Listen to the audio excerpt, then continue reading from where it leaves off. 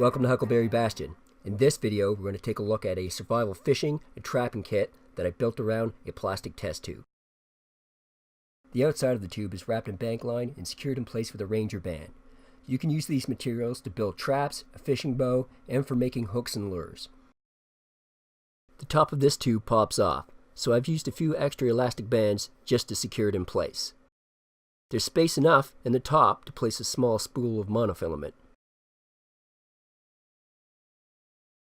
Now let's take a look at the rest of the contents of the kit.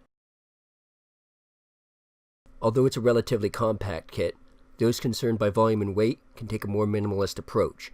You can do away with some of the unnecessary items I've added to this kit because I had the space. I've wound a sewing thread bobbin with 8-pound test monofilament, but you may want to use a heavier line such as 12 or 16 as the gain in strength far outweighs the loss in volume. Next, I've included a small, highly visible, easy-to-attach float. As floats aren't that difficult to build in the field, it's an item I'll probably replace in the future. I've placed most of the items in a plastic bag, just to help prevent them from being lost by spilling onto the ground. I've taped together a number of small single fish hooks, the idea being that you can catch a big fish on a small hook, but can't catch a small fish on a big hook. I've included a few artificial lures that I know work successfully in my area. You should always adapt your kit to what you know works in yours. Some extra line is never a bad idea, as it has a variety of other uses, including building traps, tools, and mending clothing and gear. I find it more easy to attach a few sinkers than it is for me to tie monofilament to a small stone, especially with cold fingers, so I've included a few weights. This minnow hook was designed to be used with live bait.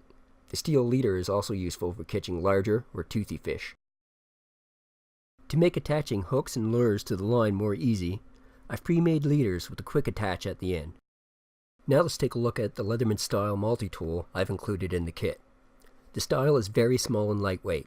When closed, it is just under 6 centimeters or 2.3 inches in length.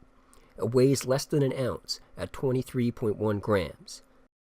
The 1.6-inch 420 high-carbon stainless steel blade isn't much to work with, but you can use it to fashion hooks and lures in the field. The nail file can be used for sharpening hooks, although I prefer the steel file found on the Leatherman squirt. The scissors I found to be really useful for cutting and trimming the thin monofilament. Lastly, there are some steel tweezers located on the knife side of the multi-tool. I'd like to thank everyone for watching, and if you have any comments or questions, please leave them below.